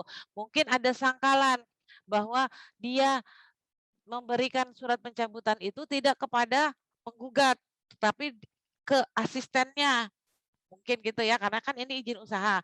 Mungkin ada sekretarisnya, ada tidak kepada yang memegang objek sengketa, yang siapa yang dituju oleh objek sengketa tersebut, ya kan? Itu sebenarnya bisa saja terjadi kalau itu stafnya, barangkali kan gitu, ya kan? Nanti teori yang dikeluarkan oleh ahli bagaimana. Orang yang bisa dipercaya terakhir memberikan surat tersebut harus ada tanda terima. Ya, harus ada tanda terimanya. Kemudian bagaimana jika surat yang diberikan kepada orang lain itu tidak sampai kepada orang lain, apakah itu tetap sah? Nah, dia menjelaskan bagaimana syarat sahnya surat yang telah dikirim yang tidak jatuh kepada si penerima atas nama surat tersebut. Nah, ini bagus. Ini untuk pembuktian ya. Nah, tetapi ini kalau ahli mau diarahkan ke sini pun bisa juga diperlihatkan bukti boleh, tetapi tidak boleh yang terus langsung mengarah kepada persoalan yang terjadi terhadap kasus itu. Jadi ilmu-ilmu teori-teorinya saja yang ditanyakan kepada ahli. Pembuktian telah selesai dan pembuktian diajukan dengan demikian oleh karena pihak penuntut. Oh, bukan. Jadi terima kasih atas keterangan saudara. Anda boleh meninggalkan ruang sidang. Maka pembuktian telah selesai dan pembuktian diajukan. Apa nih maksudnya nih? Setelah ini ditanyakan dulu, para pihak tidak ada lagi mengajukan bukti, gitu ya? Pertanyaannya. Nah. Tidak yang mulia misalnya. Oleh karena para pihak cukup dengan buktinya. Nah, oleh karena para pihak cukup dengan buktinya, maka acara selanjutnya adalah kesimpulan, bukan putusan. Masih ada waktu kesimpulan itu, Pak. Untuk perkara biasa loh ya. Ini kita bicara mengenai perkara biasa, bukan perkara singkat, bukan perkara cepat, ya, atau perkara-perkara khusus yang aturan sendiri, yang ada aturan sendirinya, ya. Selanjutnya adalah kesimpulan, kemudian diberi waktu 1 minggu, tanggal berapa, ya. Terus terhadap kesimpulan tidak ada penundaan karena sifatnya tidak wajib, jadi kesimpulan itu boleh disampaikan, boleh tidak, ya. Boleh para pihak, jadi diberikan kata-kata itu kepada para pihak bahwa untuk kesimpulan karena tidak wajib boleh menyampaikan kesimpulan atau tidak, boleh melakukan tertulis atau secara lisan, maka diberi waktu 1 minggu misalnya dan tidak ada penundaan 1 minggunya tanggal berapa. Baru kemudian kalau dia manual maka penundaannya sama seperti biasa, baru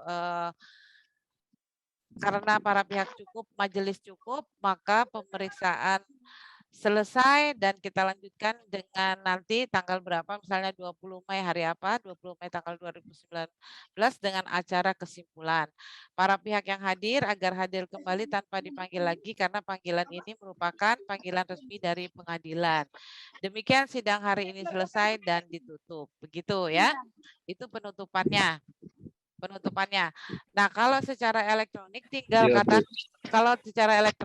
katakan oleh karena pembuktian sudah cukup, para pihak sudah tidak mengajukan bukti lagi, maka persidangan selesai dan akan dilanjutkan dengan persidangan secara elektronik dengan acara kesimpulan. Karena kesimpulan kan elektronik, yang manual kan pembuktian saja.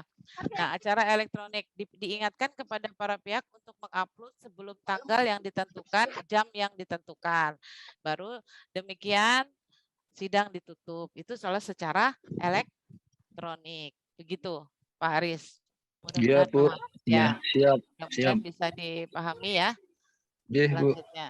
Oke. Yang lain? Oh, kita jawab pertanyaan dulu. Ya. Kita jawab pertanyaan dulu. Nanti siapa tadi yang bertanya? Kita mulai. Assalamualaikum, mohon izin bertanya. Mana nih? Mohon izin bertanya. Mana? Atas. Oke. Tuan Budi kan membuat sertifikat melalui notaris PPAT. Manakala Tuan Budi kalah dalam sengketa tersebut, padahal Tuan Budi sudah melakukan sesuai prosedur pembuatan sertifikat, apalagi biaya juga sudah dikeluarkan banyak untuk proses pembelian tanah dan mengurus sertifikat tersebut, maka bagaimana langkah Tuan Budi untuk mendapatkan keadilan pribadinya mengenai kepemilikan objek sengketa yang dituangkan dalam sertifikat tersebut? Terima kasih, Ibu. Nah, kalau sudah dibatalkan oleh petun dalam hal prosedur, silakan gugat kepemilikan di PN, di Pengadilan Negeri. Kan Tun tidak menyatakan bahwa itu milik Tuan Agus, ya, tidak. Tanah itu bukan milik Tuan Agus, belum. Tun tidak memutuskan itu hak milik. Jadi belum ada di situ mengenai kepemilikan siapa yang berhak atas tanah tersebut. Maka gugatlah itu mencari keadilannya di Pengadilan Negeri untuk menentukan siapa yang berhak atas tanah tersebut. Tetapi kalau prosedurnya sudah dilanggar walaupun dia secara notaris ya, walaupun dia titip sama notaris, kadang-kadang kan bisa saja tidak dilakukan hal-hal yang seharusnya dilakukan oleh yang bertanggung jawab kan ininya. BPN-nya, gugat saja BPN-nya, ya. BPN kan yang menerbitkan sertifikatnya, masukkan dia tergugat di PN, ya, karena dia tidak melakukan itu tindakan itu, atau juga Tuan Budi bisa kalau misalnya tindakan yang faktual yang tidak dilakukannya, maka dia bisa juga tindakan faktual yang digugat di Tun. Tetapi kalau ada objek sengketanya, jadi membedakannya itu ya. Kalau ada objek sengketanya dan itu adalah dalam hal penyelenggaraan pemerintahan, ya, hukum publik, maka dia tugasnya adalah petun. Tetapi untuk proses pengembalian tanah, proses pembelian tanah dan sebagainya yang dia merasa sudah sesuai dan dia sudah keluar uang banyak, silahkan gugat di PN. Nanti dia yang gugat di PN, dia bisa minta ganti rugi. Nanti masukkan aja notarisnya sebagai tergugat juga bisa di situ. Atau bagaimana di prosesnya dia bisa BPN-nya sendiri sebagai tergugat karena dia merasa dirugikan, kepemilikannya, padahal dia sudah keluarkan uang, ya kan? Tapi ternyata notarisnya tidak melakukan pengecekan, notarisnya tidak pernah melakukan pengujian di lapangan, cek fisik, cek yuridisnya. Nah, misalnya ada kesalahan begitu dari notaris, nah tinggal gugat aja notarisnya kerugian yang Anda miliki kan gitu di Pengadilan Negeri. Begitu Pak Rian Irawan. Pak Rian Irawan, monggo.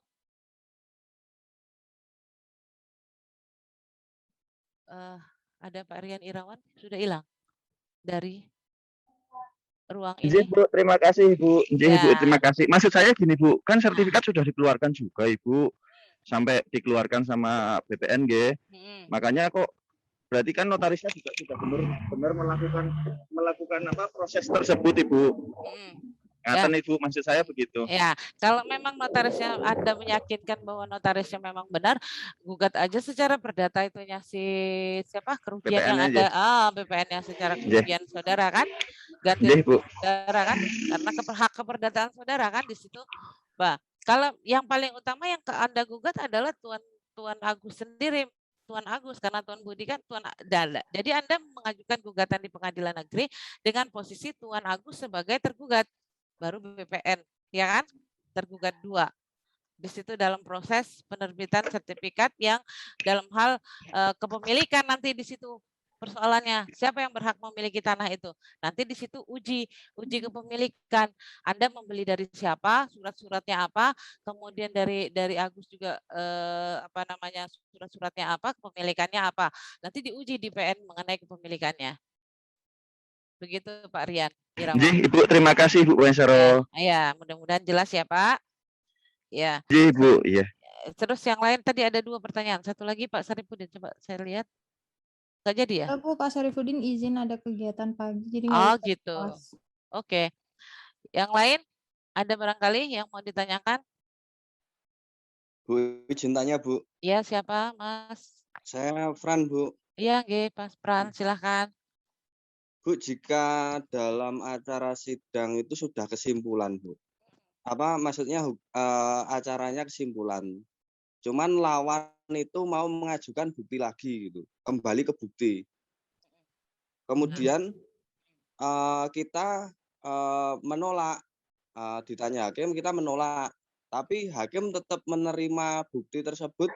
Itu gimana Ibu ya? Nah, jadi begini ya. Misalnya kalau hakim itu kan punya hak, dia menganggap ini bukti apa nih? Bukti yang ternyata itu bukti yang sangat signifikan menentukan sikap majelis ya. Ya kalau misalnya majelis menganggap bahwa itu, ini kan sudah agendakan kesimpulan, tetapi kemudian di satu sisi, oh ternyata ada nih yang harus kita buktikan lagi, ya kita buktikan lagi, maka kita buka lagi sidang untuk pembuktian bisa, kalau keadaan memang memungkinkan, ya keadaan memang memungkinkan, tetapi jarang sih terjadi, bisa sekali-sekali tapi jarang yang terjadi, karena kalau misalnya tambah lagi, karena kita kan sudah men-space menentukan waktu sidang sekian, itu hak majelis ya, majelis tuh full punya hak. Kalau dia menganggap keyakinannya kurang untuk memutuskan dan dia perlu bukti lagi yang dimaksudkan itu, walaupun sudah disepakati kesimpulan, ternyata setelah dibaca lagi berkas ternyata harus ada bukti itu dan dimintakan kepada pihak itu bisa. Atau misalnya pun kalau tidak mau diterima, biasanya diakali, dicari bagaimana tekniknya supaya itu nanti menjadi pengetahuan hakim kan. Jadi karena kan kita ada pengetahuan hakim di situ ya. Biasanya dijadikan lampiran di dalam kesimpulan. Jadi diteknisi oleh hakim untuk jadikan lampiran dalam kesimpulan. Jadi kalau dia majelis tidak mau lagi menerima bukti itu, maka itu dilampirkan di dalam kesimpulan aja. Jadi dia buat kesimpulan, dilampirkanlah bukti itu sebagai lampiran dari kesimpulan. Nanti kan masuk berkas, otomatis hakim membaca. Ya, hakim membaca. Nah, dari situ yang diperlukan kan hakim membaca ya. Yang diperlukan kan hakim ini mengetahui. Jadi dia bisa memutuskan itu sesuai dengan surat-surat yang ada, tidak ada lagi bukti yang ketinggalan, tidak ada lagi yang disembunyikan, step-step yang disembunyikan dalam kasus itu. Jadi biasanya hakim menyikapi silahkan lampiri di dalam kesimpulan. Ya, di dalam kesimpulan. Nah, nanti si pihaknya ini melampirkan, tidak perlu dimatrai. Karena dia bukan bukti, hanya lampiran kesimpulan. Ya, untuk meyakinkan hakim nih, untuk ada nih ternyata bukti ini, ya, tetapi tidak dijadikan bukti, tidak di dalam pertimbangan, tapi majelis nanti berteori dengan melihat itu dihubungkan dengan bukti-bukti yang lain. Nah, kalau memang misalnya dibutuhkan juga, memang sangat-sangat dibutuhkan, dimungkinkan untuk membuka kembali sidang pembuktian. Karena itu dimungkinkan karena begini, kalaupun sudah diputuskan di pengadilan tingkat pertama, ya, diputuskan di pengadilan tingkat pertama, misalnya NO, ya, tidak dapat diterima putusan itu, pengadilan tingkat banding, ya, diperiksa pada saat banding, pengadilan tingkat banding itu bisa saja memerintahkan lagi kepada pengadilan tingkat pertama untuk menggelar kembali perkara itu apabila terjadi kesalahan dalam hal persidangan. Jadi kalaupun kekurangan di kesimpulan itu majelis menganggap hal itu penting, dan majelis punya hak ya, punya hak besar di situ, dia akan buka kembali dan menunda kesimpulan 1 minggu setelahnya. Ya, atau misalnya sebelum kesimpulan, kan diagendakan kesimpulan, tapi kesimpulan kan belum diterima, ya, bisa juga diterima sebelum acara kesimpulan, diterima dulu bukti ini, bisa, ya, bisa demikian. Jadi yang penting kesimpulannya tidak diterima lebih dahulu, ya, begitu. Kesimpulannya kan penutup nih, orang tidak bisa lagi menanggapi menanggapi apa namanya, menanggapi bukti tersebut. Kalau misalnya kalian tidak terima terhadap itu, silakan lagi nanti ungkapkan lagi di memori banding atau memori banding Anda. Ya, begitu. Mas, siapa namanya? Fran, Bu. Fran, ya, Mas Fran. Gimana? Mas Bu, Fran? satu lagi, Bu.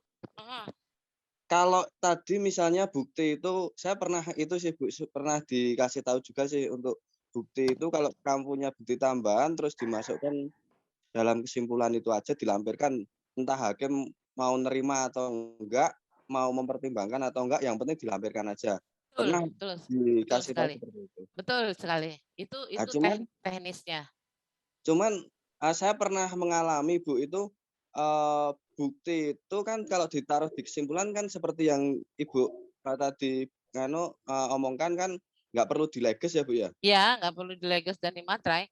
Iya. Lah itu tapi sama hakim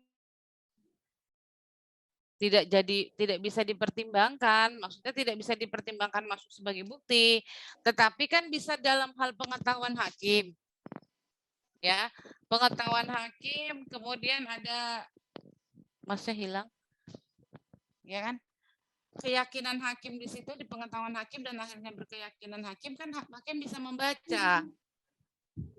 Hakim bisa membaca bukti itu. Jadi jangan takut juga. Walaupun dia tidak dipertimbangkan sebagai bukti, dimasukkan di dalam pertimbangan sebagai bukti, tapi dia akan bisa juga mempengaruhi pemikiran hakim situ, dengan itu, ya. Tapi dia tidak mempunyai kekuatan, tetapnya mempunyai kekuatan bukti kalau majelis mengambil kata-kata dari bukti itu, mungkin setelah membaca itu kemudian hakim berkesimpulan. Nah, itulah yang menjadi keyakinan hakim, pengetahuan hakim, menambah pengetahuan hakim di situ. Maka bisa dimasukkan tapi tidak menyebut sebagai bukti. Itu tidak disebut sebagai bukti. Ya, Mas Frans, jadi tidak disebut sebagai bukti, dia tidak bisa jadi P1, P2, T1, T2 tidak bisa. Paham, ya, tetapi hakim bisa menyadur itu, bisa mengambil kesimpulan, oh iya nih, ini sebenarnya benar nih kata-kata yang ada di kesimpulan akhir, begini, itu kan bisa, ya, bisa diambil hakim di dalam putusannya, diambil alih sebagai pendapat majelis, ya, sebagai pendapat majelis, Mas. Jadi bisa saja itu terjadi. Halo? Iya, Bu, baik-baik. Paham ya? Paham, Bu. Bu, sama satu lagi boleh, Bu? Monggo, silakan. Ini kembali di itu, Bu, kesaksian. Kemarin kan Bu Mai kan itu kalau saksi itu harus independen gitu, Bu, ya, nggak memihak gitu, Bu ya. Saksi kebanyakan memihak deh, Mas. Ahli yang independen. Oh, kalau ahli independen ya. Saksi itu kebanyakan memihak karena kan siapa yang menghadirkan dah. Oh, iya. Kalau ahli. Kalau misalnya ahli, Bu, ahli itu kita pernah lihat ahli itu hadir dalam persidangan sebelumnya. Kemudian dia dihadirkan oleh pihak lawan sebagai ahli. Itu apakah bisa kita tolak, Bu? Karena dikhawatirkan karena udah tahu kasusnya, dia tidak independen gitu misalnya. Nah, jadi saya pernah terjadi itu, saya pernah begitu, ada ternyata berikutnya dihadirkan dia sebagai saksi ataupun ahli, ya, padahal dia sudah mengikuti persidangan dari awal. Itu ditolak oleh pihak lawan. Karena pihak lawan yang tahu, kalau majelis kan lupa siapa pengunjung sidang. Nggak mungkin ngingat satu-satu siapa pengunjung sidang, dah. Ya kan, yang pengunjung sidang itu diperhatikan satu-satu siapa, kan nggak mungkin. Jadi dengan bantuan para pihak, mungkin dari pihak penggugat, tergugat yang kenal dengan saksi itu, langsung dia mengkat bahwa itu hadir terus di persidangan yang mulia, kayak gitu kan, mengikuti persidangan dari awal, ya. Nanti kita bisa minta keterangannya, kita tolak sebagai saksi yang disumpah, hanya dimintakan keterangan pihak luar bisa, untuk menambah pengetahuan hakim bisa, ya, tapi dia tidak disumpah, ya, atau kita tolak juga bisa, tergantung majelisnya. Ya, saya pernah menolak kayak gitu, tapi pernah juga menerima. Jadi tergantung kita keperluannya apa. Yang penting kan dia tidak, ahli kan tidak boleh memihak. Ya walaupun dia tahu kasusnya, ya kan? Walaupun dia tahu kasusnya, tapi ahli kan yang kita semua mengenai putusan itu independensinya semua majelis hakim. Mau ahli bilang itu katun, mau bilang ahli itu bukan katun. Kalau majelis bilang itu katun, pendapat ahli dipinggirkan dong, ya kan? Ya, jadi tidak mempengaruhi juga mau yang dihadirkan profesor tingkat jenderal barangkali yang dihadirkan di situ. Kalau dia bilang, majelis bilang pendapatnya itu tidak sesuai dengan kasus ini, maka pendapat dia tidak akan majelis pertimbangkan. Ya. Jadi intinya apapun itu semua tergantung majelis hakim yang menanganinya. Ya. Jadi boleh-boleh saja, ya, boleh-boleh saja. Yang penting ahli itu tidak memihak. Nah, itu. Tidak memihak sebenarnya ahli itu, harusnya netral, tapi kenyataannya di lapangan siapa yang membiayai ya arah-arahnya agak miring-miring juga kalau saya perhatikan, ya. Miring-miring siapa yang membiayai juga, tapi kan pendapatnya tetap majelis yang menentukan. Yang mana pendapat ahli yang menjadikan bahan pertimbangan, yang mana yang disingkirkan, yang tidak digunakan oleh majelis hakim. Demikian ya Mas Pran. Bisa Baik, Bu. dipahami ya, bisa dipahami ya. Bisa, Bu. Ya, Terima kasih, Bu. Ya, yang lain ada yang mau bertanya? Monggo yang lain nggak harus menayangkan, mungkin ada yang hal mau ditanyakan, ada intervensi barangkali tadi. Ya, intervensi itu sebenarnya panjang ya waktunya, tapi karena tidak ada, itu tadi sepintas-sepintas saya sebutkan, nanti putusannya sekalian minggu depan dengan putusan akhir sekalian putusan sela. Ya. Bagaimana teknik membuat putusan sela, bagaimana teknik membuat putusan akhir. Nanti di materi putusan habis ini kan Bu ya, Bu Diana ya. Bu, kalau kesimpulan itu memang tidak diagendakan ya Bu, tapi sebaiknya apa enggak ya Bu? Oh, nah ini mau saya tambahkan ya. Jadi saya tambahkan sedikit mengenai kesimpulan tadi kan sudah saya singgung. Kesimpulan tuh isinya banyak. Nah ini tadi pertanyaan yang bagus. Bagaimana kalau ada bukti disikapi teknik kuasa hukum, bagaimana caranya supaya kalau sudah diagendakan kesimpulan supaya jangan diprotes oleh pihak lain, dijadikan lampiran aja buktinya supaya bisa dibaca oleh majelis hakim. Itu teknik beracara Mas Pran tadi itu. Nah itu, jadi kesimpulan itu penting ya, dia tidak dipertukarkan tapi konsumsi majelis saja. Jadi mau pihaknya buat apa di situ untuk mempengaruhi pikiran majelis, monggo. Bikinlah sebagus-bagusnya sehingga majelis, oh iya ya, benar teori ini ya, benar ya ini begini. Jadi ditambah kesimpulan itu yang bagus-bagus itu. Kadang-kadang kuasa hukum itu kurang memanfaatkan momen-momen kesimpulan karena dia menganggap bahwa kesimpulan mah biasa, paling nggak dibaca juga oleh majelis hakim. Ya gitu, kadang-kadang menganggap remeh itu, padahal tidak begitu.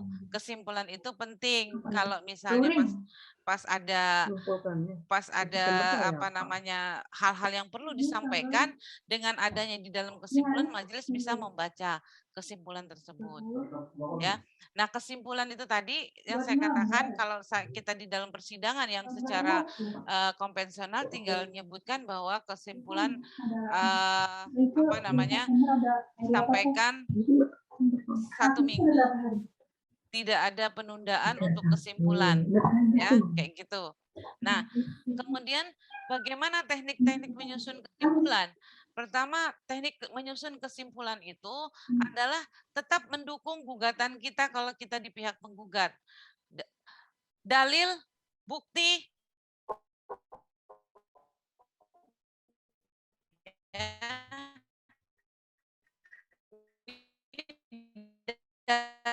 nih saksi mendukung. Oke, satu. Begitu seterusnya, beberapa kita punya dalil di gugatan.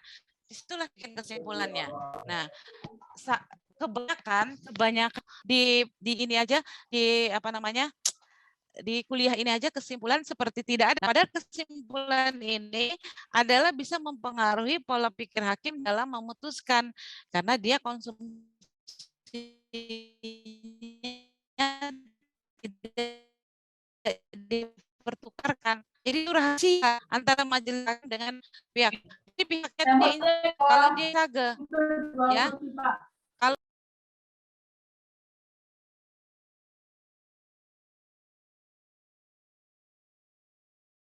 dia tidak ada penundaan. Jadi kalau bisa seminggu kelar, seminggu kita lakukan kesimpulan. Karena itu hak, kadang-kadang ada yang tidak bisa tersampaikan di dalam gugatan jawaban replik duplik, maka dia sampaikan di kesimpulan. Ya, ada yang tidak sesuai dengan bukti saksi dan sebagainya, dia tanggapi, ajukannya di kesimpulan. Maka kesimpulan itulah tempat sampahnya, tempat sampah semua persoalan-persoalan di dalam persidangan itu, masukkan di dalam kesimpulan. Kalau Anda tidak memanfaatkan kesimpulan itu dengan baik, sayang sekali itu bisa mempengaruhi pendapat hakim di akhir. Ya, sebenarnya begitu. Ya, itu kesimpulan. Demikian Bu Diana ya, saya tambahkan mengenai kesimpulan sedikit. Oke. Monggo Mas, Mbak, masih ada yang mau tanyakan? Mungkin kaitan kesimpulan barangkali? Mumpung ada Bu Mai di sini. Udah kayaknya sudah paham mengenai kesimpulan. Gunakanlah apa yang diberikan oleh majelis hakim, kesempatan-kesempatan yang diberikan oleh majelis hakim itu di persidangan gunakan dengan sebaik-baiknya. Jangan diabaikan kalau misalnya. Tapi ada kadangkala kuasa hukum yang males. Jadi kesimpulannya lisan saja.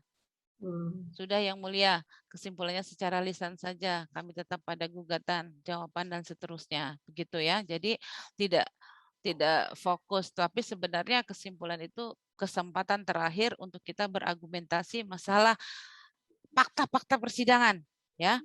Fakta-fakta persidangan itu ungkap semua di kesimpulan. Jadi itu juga jadi pengingat majelis sebenarnya pada saat di akhir nanti mau membuat putusan, kita baca kesimpulan akhir dari para pihak. Ya, begitu. Begitu.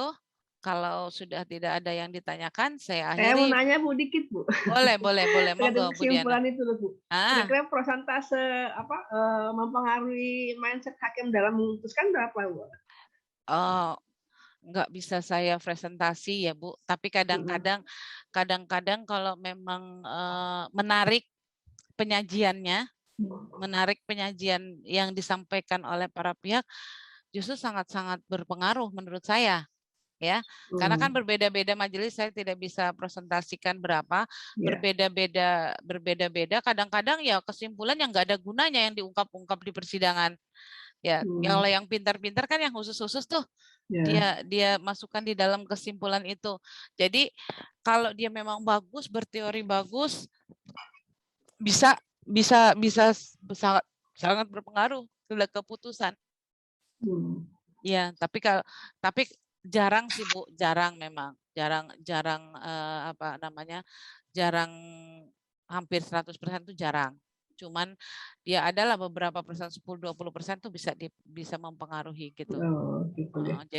Jadi intinya tidak semuanya berpengaruh dari kesimpulan, tidak kan mengabaikan fakta persidangan lagi kan? Enggak, tetap di situ, tapi kesimpulan itu juga berpengaruh terhadap teori-teorinya nanti yang diungkapkan oleh para pihak. Siapa tahu tidak puas di jawaban replik duplik ya, langsung di kesimpulan berteori lagi panjang lebar.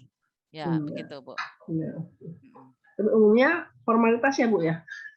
Ya, sebenarnya dia karena dia sifatnya kan tadi tidak dipertukarkan.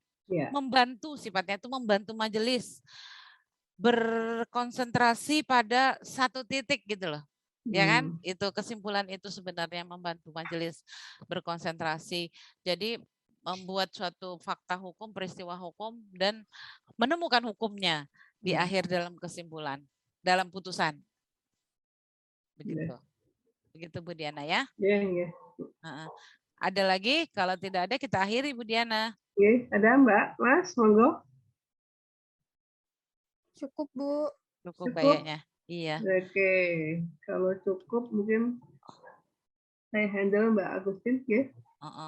Untuk ini pertemuan minggu ini, minggu depan masih ada pertemuan, mungkin nanti Bu Mai tadi sampaikan agendanya mungkin nanti keputusan dan putusan selah gitu, putusan selah dan putusan ya. Ya, itu dua hal yang akan disampaikan untuk yang pertemuan minggu depan gitu ya. Untuk hari tetap mungkin ya Sabtu Minggu, cuman jamnya nanti kita menentukan lagi. Ya. Nanti kita sampaikan lagi ya untuk jamnya di grup ya. Yang berapanya hari tetap Sabtu Minggu nih. Ini menjadi perhatian saudara. Tadi hari ini mungkin yang merasa belum mengupload tugas terkait dengan narasi ya, untuk urusan saksi dan ahli, monggo dipersiapkan gitu ya untuk diupload di LMS gitu. Untuk waktunya kalau ada kendala nanti bisa sampaikan di grup ya, misalnya ada kendala internet segala macamnya sehingga terlambat, bisa kita kondisikan untuk diupload kembali ya untuk yang tugas-tugasnya. Mungkin itu sudah saya sampaikan. Terima kasih Bu Mai untuk materi pada hari ini. Iya, terima kasih. Iya, amin. Semoga bermanfaat ya semuanya. Saya permisi. Assalamualaikum warahmatullahi wabarakatuh. Waalaikumsalam warahmatullahi wabarakatuh. Saya akhiri.